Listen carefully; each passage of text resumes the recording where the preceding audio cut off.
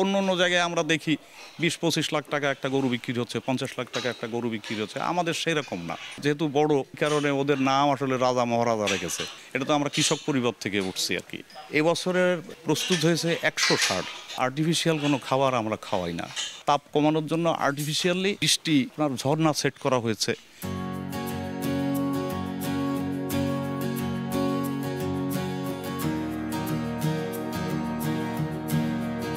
আর কয়েকদিন পরই কোরবানির ঈদ। এই ঈদকে সামনে রেখে বাগেরহাটের পশু যারা ব্যবসায়ী তারা এখন ব্যস্ত সময় পার করছেন। আমরা যাব একটি ফার্মে, যে ডেইরি ফার্ম, যেখানে আসলে পশু মোটাতাজা করা হয় এবং বাগেরহাটের সবচেয়ে বড় যে ডেইরি ফার্ম রয়েছে বাগেরহাটের ডেমা এলাকায় এটি অবস্থিত। এখানে মেসার্স শান্ত অ্যাগ্রোনমি মাল্টি ফার্মস, এই ফার্মে আমরা দেখব যে আসলে কতগুলো পশু এখানে প্রস্তুত করা হয়েছে, সে খবর জানাবো দর্শক আপনাদের।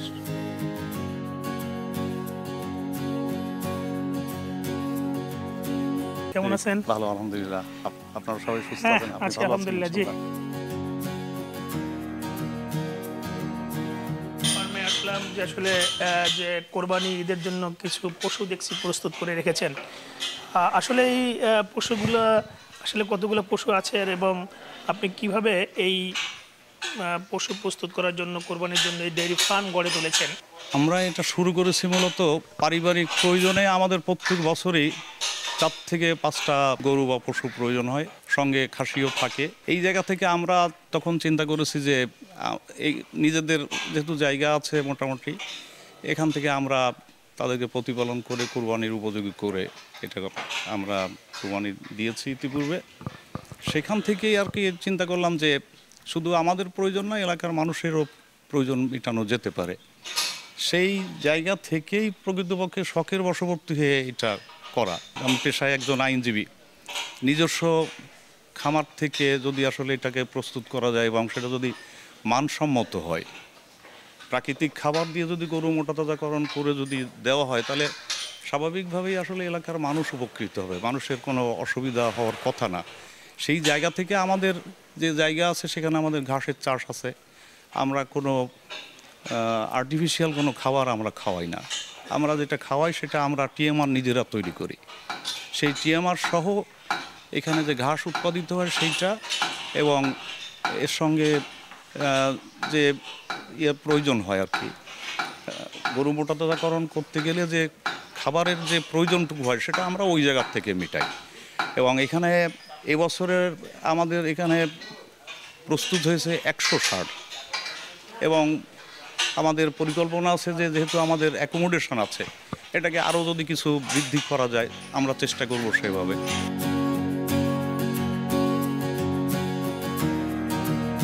এটা হচ্ছে আপনার হলস্টাইন ফ্রিজিয়ান জাতের এগুলা। আর এটা লাইফ ওয়েট আছে আপনার 700-র মতন, 700 কেজি। সবসময় 12 জন লোক এখানে কাজ করে। মূলত কৃষক পরিবার থেকে, যদিও আমার ফাদার ডাক্তার ছিলেন, কিন্তু এটা তো আমরা কৃষক পরিবার থেকে উঠছি আর কি। পারিবারিক ঐতিহ্যগতভাবে আমাদের তো মহিষও আছে, এখনও বোধহয় আপনার প্রায় 50টার মতন মহিষ আছে। এবং সেক্ষেত্রে আমাদের এই ফার্মে আপনার মানে গবাদি পশু বলতে যা বোঝায়, মানে ছাগলের একটা অংশ আছে, সেখানে খাসি আছে, নিজেদের প্রয়োজনে আসলে এটাকে আমরা নেই। ওগুলো অবশ্য আমরা বাজারজাতকরণ করি না। নাম তো ওইভাবে নামকরণ করা হয়নি। আমার এখানে যারা মূলত এমপ্লয়ি যারা আছে, ওরা আসলে যেহেতু বড় কারণে ওদের নাম আসলে রাজা মহারাজা রেখেছে। নামের হিসাবে আমি জিজ্ঞাসা করলাম ওদের কাছে যে তোমরা এই নামকরণ করলে কেন?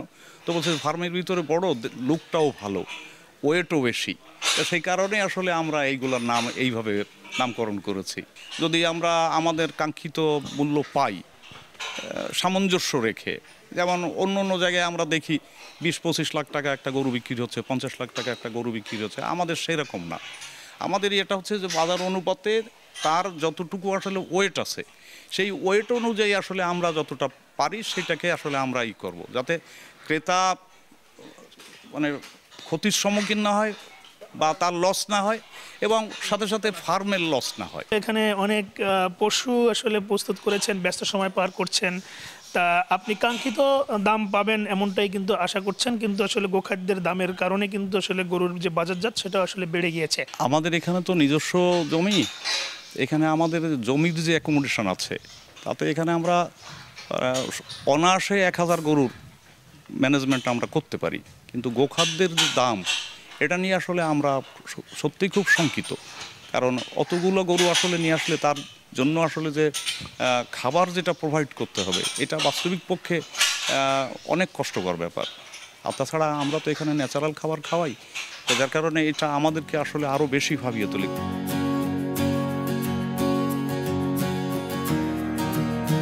সারা বিশ্ব প্রকৃতপক্ষে যেভাবে গরমে বা তাপমাত্রা বৃদ্ধির কারণে যেভাবে ভুগছে, এটা সত্যিই খুব অ্যালার্মিং।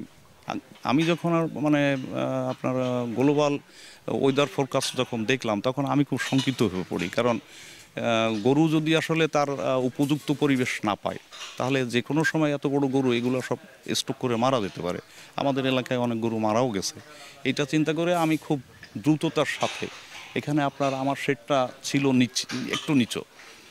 পশু সম্পদ কর্মকর্তা ওনাদের সঙ্গে কথা বললাম।